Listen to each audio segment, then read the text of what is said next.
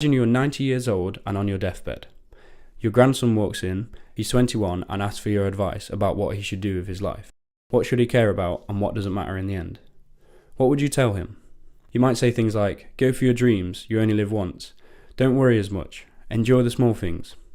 If you take some time to think and decide what you would say, this gives you a real insight into what you actually care about, and you should take your own advice.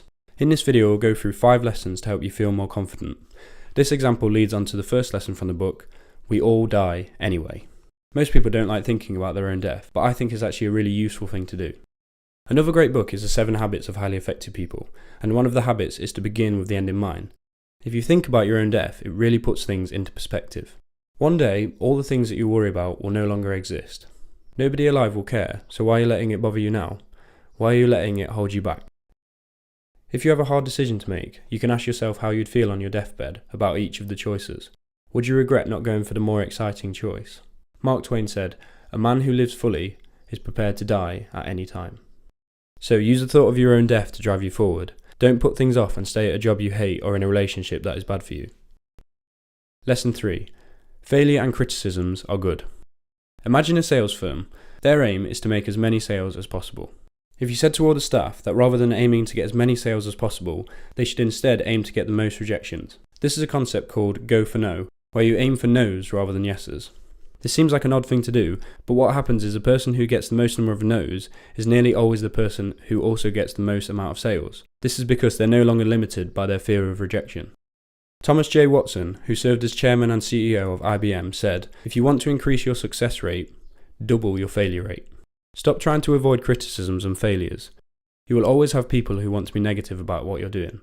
That's actually great. It means you're putting yourself out there. Remember, people usually only criticize people they feel are above them. They think by doing so, they will be able to bring you down to their level.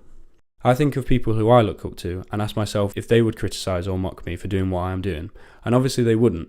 They're more likely to say what I'm doing is great and encourage me to keep going. An opinion is the cheapest thing anyone can give you. The value comes from deciding whose opinion you're going to listen to. So go for no and be grateful for each one. They're helping you towards a result you want and show you're putting yourself out there. Lesson 4.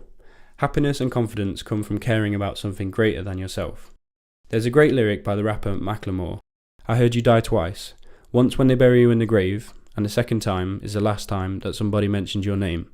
So when I leave here on this earth, did I take more than I gave? Did I look out for the people, or did I do it all for fame? So what is he on about then? He's saying that you will only be remembered if you do something great with your life. By doing something great for humanity, you will be immortal because people will talk about you well after your death. So a quick question. Are you living your purpose? It's a difficult question to answer, but a great one to think about.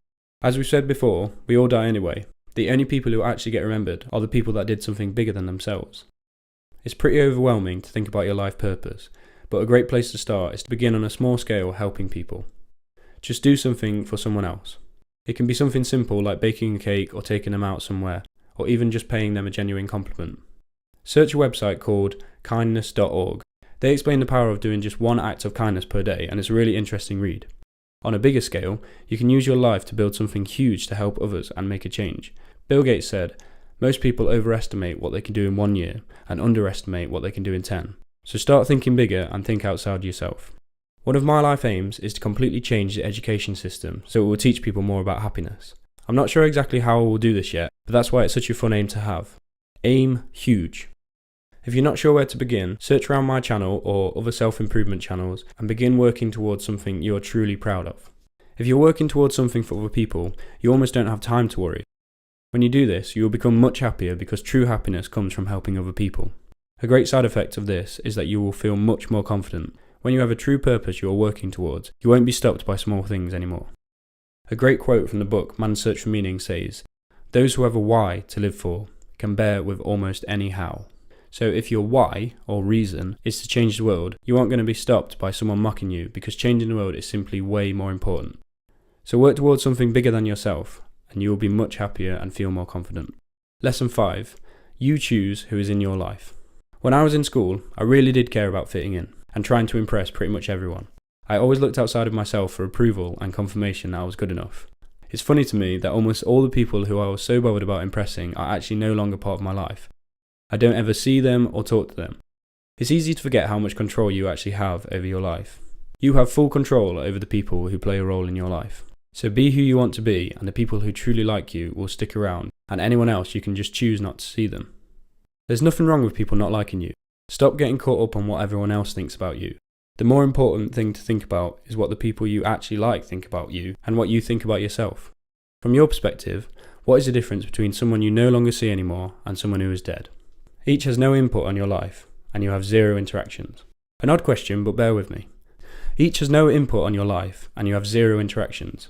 It's a pretty odd way of looking at it, but you basically have the power to kill off characters you do not like in your life.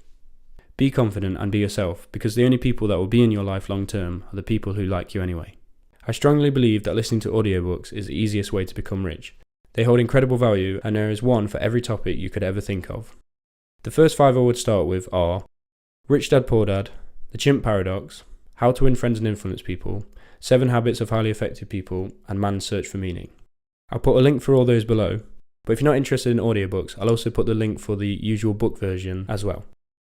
If you have found value in this video, please give it a thumbs up and share it with anyone who you think would also get value from it. Subscribe for more videos like this. Thanks for watching, have a great day, I'll see you in the next one.